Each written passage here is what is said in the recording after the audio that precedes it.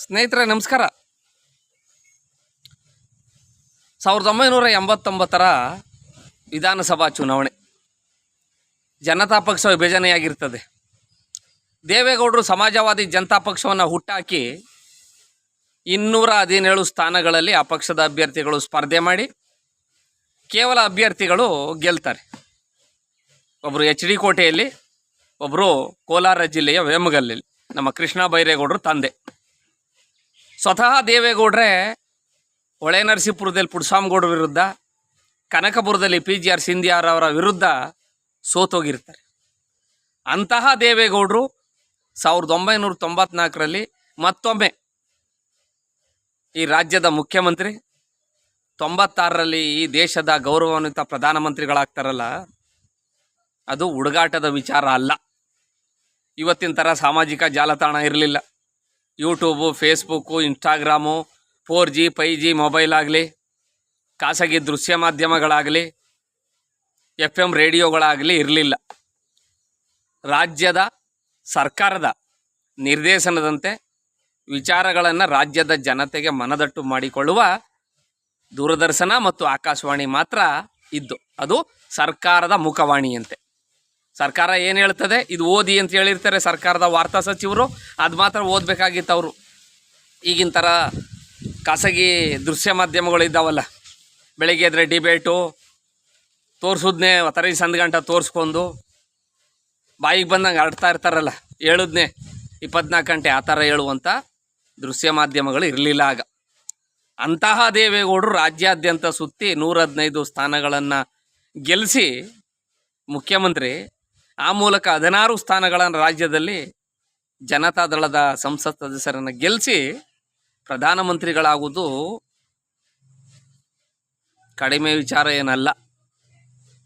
ಅಂತಹ ದೇವೇಗೌಡರಿಗೆ ನಿನ್ನೆ ರಾಜ್ಯಸಭೆಯಲ್ಲಿ ಸ್ಪರ್ಧಿಸೋದಕ್ಕೆ ಮೈತ್ರಿ ಪಕ್ಷ ಅವಕಾಶ ಮಾಡಲಿಲ್ಲ ಅಂಥೇಳಿ ಏನೇನೋ ವಿಚಾರಗಳು ಮಾತಾಡ್ತಾವ್ರಿ. ಅದು ಹೆಂಗೆ ಅಂದರೆ ಗಾಣಗಿತ್ತಿ ಅಯ್ಯೋ ಅಂದರೆ ನತ್ತಿ ತಣ್ಣಗಾದದೆ ಅಂತ ಅಲ್ವೇ? ಗಾಣ ಆಡಿಸ್ತಾ ಇರುವ ಗಾಣಗಿತ್ತಿ ಎಣ್ಣೆ ಹೊತ್ಕೊಯ್ತದೆ, ಅಯ್ಯೋ ಪಾಪ ಅಂದ್ರೆ ಅದದೆ. ಒಂದು ಓಳು ಎಣ್ಣೆಯ ಹಿಂಗೆ ತಲೆ ಮ್ಯಾಗ ತಟ್ಟಿರಲ್ಲೂ ತಣ್ಣಗಾಗೋದು. ಹಾಗೆ ವಿನಾಕಾರಣ ಯಾವುದೇ ಲವಲೇಶವು ತಪ್ಪು ಮಾಡದೇ ಇರೋಂಥ ಸಂಯುಕ್ತ ರಂಗದ ಪ್ರಧಾನಮಂತ್ರಿಗಳನ್ನು ಇವತ್ತು ಟೀಕೆ ಮಾಡ್ತಾ ಇರುವಂಥ ರಾಜ್ಯದ ಆಡಳಿತ ಪಕ್ಷದ ಕೇಂದ್ರ ಮಟ್ಟದ ನಾಯಕರು ಟೀಕೆ ಮಾಡ್ತಾವ್ರೆ. ದೇವೇಗೌಡರಿಗೆ ಟಿಕೆಟ್ ಇಲ್ಲದೆ ಇರೋದು, ಒಕ್ಕಲಿಗರು ಮಾಡಿದ ಘನಘೋರ ಅನ್ಯಾಯ. ಮತ್ತು ಅವತ್ತು ಮಾಡೋದೇನವರು ವಿನಾಕಾರಣ ದೇವೇಗೌಡರನ್ನ ಪ್ರಧಾನಮಂತ್ರಿ ಸ್ಥಾನದಿಂದ ಕೆಳಗಿಳಿಸಿದ್ದು ಅಲ್ವಾ? ಅದಿರಲಿ, ಮಾತಾಡೋಣ ಇನ್ನೊಂದು ಸಾರಿ.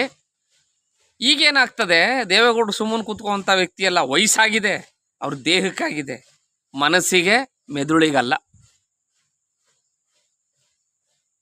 ಕುಮಾರಣ್ಣನವರ ಅನುಪಸ್ಥಿತಿಯಲ್ಲಿ ಜಾತ್ಯತೀತ ಜನತಾದಳದ ಭವಿಷ್ಯದ ಆಶಾಕಿರಣ ಅಂತ ಏನು ಕರಿತೀವಿ ನಾವು ನಿಖಿಲ್ ಕುಮಾರಸ್ವಾಮಿ ಅವರನ್ನು, ಅವರ ಜೊತೆಗೂಡಿ ಹಳೇ ಮೈಸೂರು ಭಾಗದ 14 ಜಿಲ್ಲೆಗಳಲ್ಲಿ ಸಕ್ರಿಯವಾಗಿ ಜಿಲ್ಲಾ ಮಟ್ಟದ, ತಾಲೂಕು ಮಟ್ಟದ ಮುಖಂಡರನ್ನು ಕರೆದು ಚರ್ಚಿಸಿ ಮತ್ತೆ ಮುಂಬರ್ತಕ್ಕಂಥ ಸಾರ್ವತ್ರಿಕ ವಿಧಾನಸಭಾ ಚುನಾವಣೆಯಲ್ಲಿ ಈ ರಾಜ್ಯಕ್ಕೆ 5 ವರ್ಷಗಳ ಕಾಲ ಸುಭದ್ರವಾಗಿರ್ತಕ್ಕಂಥ ಜನತಾದಳ ನೇತೃತ್ವದ, ಅಂದರೆ ಕುಮಾರಣ್ಣನ ನೇತೃತ್ವದ 5 ವರ್ಷಗಳ ಹಿಂದೆ ಒಂದ್ಸಲ 20 ತಿಂಗಳು, ಒಂದ್ಸಲ 14 ತಿಂಗಳು ಸಂಪೂರ್ಣವಾಗಿ ಕುಮಾರಣ್ಣವರು ಅಧಿಕಾರ ನಡೆಸೋದಕ್ಕೆ ಸಾಧ್ಯವಾಗಲಿಲ್ಲ. ಈ ಬಾರಿ ಏನಾದರೂ ಮಾಡಿ ಸತಾಯಗಾತಾಯ 5 ವರ್ಷಗಳ ಕಾಲ ಕುಮಾರಣ್ಣವರು ಮುಖ್ಯಮಂತ್ರಿಯಾಗಿ, ಆ ಮೂಲಕ ಇನ್ನೂ ಹಲವು ದಶಕಗಳ ಕಾಲ ಈ ರಾಜ್ಯದಲ್ಲಿ ಜಾತ್ಯತೀತ ಜನತಾದಳ ಉಳಿದುಕೊಳ್ಳೋಕ್ಕೆ ಏನು ಮಾಡಬೇಕೋ ಅದನ್ನು ದೇವೇಗೌಡರು, ನಿಖಿಲ್ ಕುಮಾರಸ್ವಾಮಿಯವರು ಸೇರಿ ಪ್ರತಿಯೊಂದು ತಾಲೂಕು, ಪ್ರತಿಯೊಂದು ಜಿಲ್ಲೆಯಲ್ಲಿ ಸಭೆ ಸಮಾರಂಭಗಳನ್ನು ಏರ್ಪಾಡು ಮಾಡುವುದರ ಮೂಲಕ, ಜೊತೆಗೆ ಮುಖಂಡರುಗಳನ್ನು ಭೇಟಿಯಾಗಿ, ಪದಾಧಿಕಾರಿಗಳನ್ನು ಭೇಟಿಯಾಗಿ, ಆಡಳಿತ ಪಕ್ಷದ ವಿರೋಧಗಳೇನಿದೆ, ಆಡಳಿತ ಪಕ್ಷದ ವಿಫಲ ಏನಿದೆ, ಇದನ್ನು ರಾಜ್ಯದ ಜನತೆಯ ಮುಂದಿಡುವುದರ ಮೂಲಕ ಬಹುಶಃ ದೇವೇಗೌಡರು ಮತ್ತೆ ಸಕ್ರಿಯರಾಗ್ತಾರೆ. ಯಾರೋ ಹೇಳ್ತಾರೆ ದೇವೇಗೌಡರು ಈ ವಯಸ್ಸಲ್ಲಿ ಬೇಕೆ, ಮಕ್ಕಳಿಗೆ ಅಧಿಕಾರ ಕೊಡೋಕೆ, ಮೊಮ್ಮಕ್ಕಳಿಗೆ ಅಧಿಕಾರ ಕೊಡೋಕೆ, ಮತ್ತೊಂದು ಟೀಕೆ ಮಾಡಲಿ. ಆದರೆ ದೇವೇಗೌಡರ ವಯಸ್ಸಿಗೆ ಹೋಗೋದಕ್ಕೆ ಈ ದೇವೇಗೌಡರನ್ನ ಟೀಕೆ ಮಾಡ್ತಾರಲ್ಲ, ಅವರು ಏನಾಗ್ತಾರೋ ಇವತ್ತಿನ ಒತ್ತಡದ ಜೀವನದಲ್ಲಿ ಈ ಊಟ ತಿಂಡಿಲಿ 90 ವರ್ಷ ಚಿಲ್ಲರೆ ಇರೋದೇನು ಹುಡುಗಾಟದ ಮಾತಲ್ಲ. ಈಗ ನೋಡಿದ್ರ 40-50 ವರ್ಷಕ್ಕೆ 20-30 ವರ್ಷಕ್ಕೆ ಹೃದಯಾಘಾತ ಆಗಿ ಹೋಯ್ತಾವ್ರೆ ಯುವಕರು. ಮಕ್ಕಳುಗಳು ಸಾಲ ಮಕ್ಕಳುಗಳ ಹೃದಯಾಘಾತ ಆಗ್ತಾಯಿದೆ. ಅಂಥವ್ರು ಯಾರೋ ಟೀಕೆ ಮಾಡ್ಕೋತಾರೆ, ಮಾಡ್ಕೊಳ್ಳಿ. ಒಲ್ಲದ ಗಂಡನಿಗೆ ಮೊಸರಲ್ಲಿ ಕಲ್ಲು ಅಂತ ಇತ್ಲ ಗಿಡ ಮದ್ದಲ್ಲ ಅಂತಾರೆ. ಯಾವುದೇ ಒಂದು ವ್ಯಕ್ತಿಯನ್ನು ಕಳ್ಕೊಂಡಾಗ ನಾವು ಪಶ್ಚಾತ್ತಾಪ ಪಡ್ತೀವಿ, ಅಯ್ಯೋ ಇಂಥ ಮನಸ್ಸನ್ನು ನಾವು ಬಿಟ್ಕೊಟ್ಬಿಟ್ವಲ್ಲ ಅಂತ.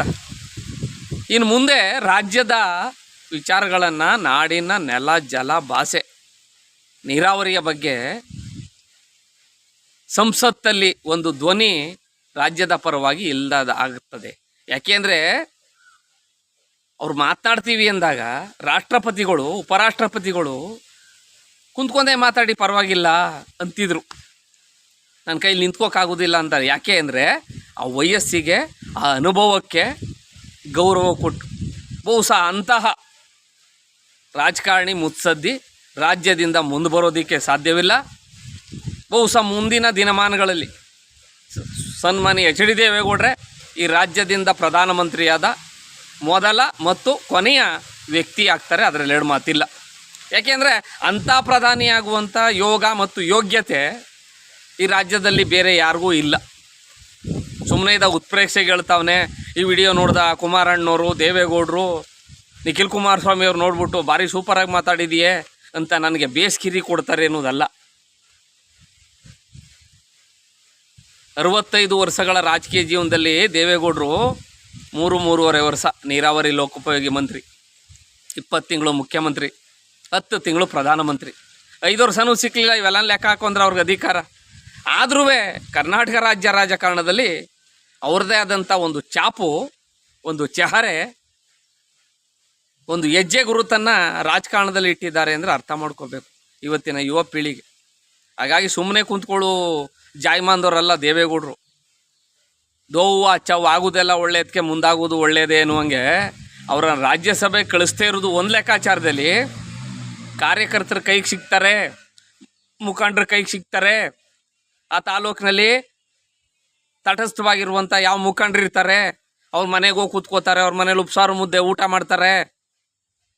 ಬನ್ನಿ ಮತ್ತೆ ಸಕ್ರಿಯವಾಗಿ ನಮ್ಮ ಪಕ್ಷದಲ್ಲಿ ಓಡಾಡಿ, ಮುಂದಿನ ದಿನಮಾನಗಳಲ್ಲಿ ಪಕ್ಷ ಅಧಿಕಾರಕ್ಕೆ ಬಂದಾಗ ಒಳ್ಳೊಳ್ಳೆ ಸ್ಥಾನಮಾನಗಳನ್ನು ನೀಡುವುದಾಯ್ತದೆ ಅಂತೇಳಿ ಸುಮ್ಮನೆ ಕೂತ್ಕೋ ಜಾಯಮಾನ್ದವರಲ್ಲ ದೇವೇಗೌಡರು. ಬಹುಶಃ ಇದೆಲ್ಲ ಮುಗಿದ ನಂತರ ಅವರೇ ಹೇಳಿದ್ದಾರೆ, ಪತ್ರಿಕಾಗೋಷ್ಠಿಯಲ್ಲಿ ನಮ್ಮ ಆಫೀಸಲ್ಲಿ ಹೇಳ್ತೀನಿ ಅಂತ JP ಭವನದಲ್ಲಿ ಹೇಳಿ, ನಂತರ ಮುಂದಿನ 2 ವರ್ಷಗಳ ಕಾಲ ಏನೇನು ಮಾಡ್ತಾರೆ ಅಂತ ಮುಂದಿನ ದಿನಮಾನಗಳಲ್ಲಿ ರಾಜ್ಯದ ಜನತೆ ನೋಡ್ತೀರಿ.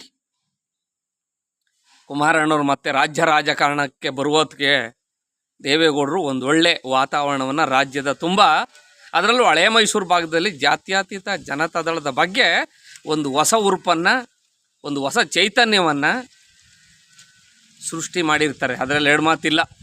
ಹಾಗಾಗಿ ಸ್ನೇಹಿತರೆ, ರಾಜಕಾರಣ ಯಾವತ್ತೂ ನಿಂತ ನೀರಲ್ಲ, ಹರಿಯುತ್ತಿರೋ ನೀರು. ಅದರಲ್ಲೂ ಜನತೆಯ ತೀರ್ಪು, ಜನಾರ್ದನ ತೀರ್ಪು ಅನ್ನುವಂಗೆ ರಾಜ್ಯದ ಜನತೆ ಮನಸ್ಸು ಮಾಡಿದ್ರೆ ಯಾವ ಪಕ್ಷವನ್ನು ಬೇಕಾದ್ರೂ ವಿಧಾನಸೌಧಕ್ಕೆ ಕಳಿಸ್ತಾರೆ 3ನೇ ಮಾಡಿಗೆ, ಯಾವ ಪಕ್ಷವನ್ನಾದರೂ 3ನೇ ಮಾಡಿಯಿಂದ ಕೆಳಗಿಳಿಸ್ತಾರೆ. ಮತದಾರ ಪ್ರಭುಗಳಿದ್ದಾರಲ್ಲ, ಭಾರಿ ಲೆಕ್ಕಾಚಾರದವರು. ಅವರು ನಿರ್ಧಾರ ಮಾಡುವಾಗ ಯಾವುದೇ ಗ್ಯಾರಂಟಿಗಳು, ಯಾವುದೇ ಬಿಟ್ಟಿ ಭಾಗ್ಯಗಳು, ಯಾವುದೇ ಆಶ್ವಾಸನೆಗಳು ಆ ಜನಗಳನ್ನು ಹಿಡಿದಿಟ್ಕೊಳ್ಳೋದಕ್ಕೆ ಸಾಧ್ಯ ಆಗಲ್ಲ. ಕಾಲಾಯ ತಸ್ಮಯೇ ನಮಃ, ಎಲ್ಲವನ್ನು ನಿರ್ಧರಿಸುವುದು ಕಾಲ. ಆ ಕಾಲಗರ್ಭದಲ್ಲಿ ಏನಿದ್ದದು ಯಾರೂ ಊಹಿಸೋದಕ್ಕೆ ಸಾಧ್ಯ ಇಲ್ಲ. ಹಾಗೇನಾದರೂ ಊಹಿಸ್ಬಿಟ್ರೆ ದೇವರಾಗೋಯ್ತಾರೆ. ಹುಲುಮಾನವರು ಈಗ ಹೇಳ್ತಾರೆ, ಸ್ವಾಮೀಜಿಗಳು ಈಗ ಹಾಲಿ ಇರೋ ಮುಖ್ಯಮಂತ್ರಿ ಅಷ್ಟು ವರ್ಷದಲ್ಲಿ ಹೇಳಿದರು, ಇಷ್ಟು ವರ್ಷದಲ್ಲಿ ಹೇಳಿದರು. ಮತ್ತು ಈ ಗ್ಯಾಸ್ ಸಿಲಿಂಡ್ರ್ ಸಮಸ್ಯೆ ಆಯ್ತದೆ 2026ಕ್ಕೆ ಅಂತ ಯಾವ ಸ್ವಾಮೀಜಿಗಳು ಹೇಳಿರಲಿಲ್ಲ. ಎಲ್ಲ ಅವರ ಜ್ಯೋತಿಷ್ಯ. ಹಂಗಾಗಿ ಯಾವತ್ತಿದ್ರೂ ರಾಜ್ಯದಲ್ಲಿ ಮತದಾರ ಬಂಧುಗಳೇ ರಾಜಕೀಯ ಪಕ್ಷಗಳ ಹಣೆ ಬರಹವನ್ನು ಬರೆಯೋರು, ಅದರಲ್ಲಿ ಮಾತಿಲ್ಲ ಅಂತ ಹೇಳ್ತಾ ಇಲ್ಲಿಗೆ ಈ ವಿಚಾರವನ್ನು ನಿಲ್ಲಿಸ್ತಾ ಇದ್ದೀನಿ. ಮತ್ತೊಂದು ಹೊಸ ವಿಚಾರದೊಂದಿಗೆ ನಿಮ್ಮ ಮುಂದೆ ಬರ್ತಾ ಇದ್ದೀನಿ. ದಯವಿಟ್ಟು ನನ್ನ ಚಾನಲ್ನ ಸಬ್ಸ್ಕ್ರೈಬ್ ಮಾಡ್ಕೊಳ್ಳಿ. ಜೈ ಹಿಂದ್, ಜೈ ಕರ್ನಾಟಕ, ಮತ್ತು ಶುಭ ದಿನ.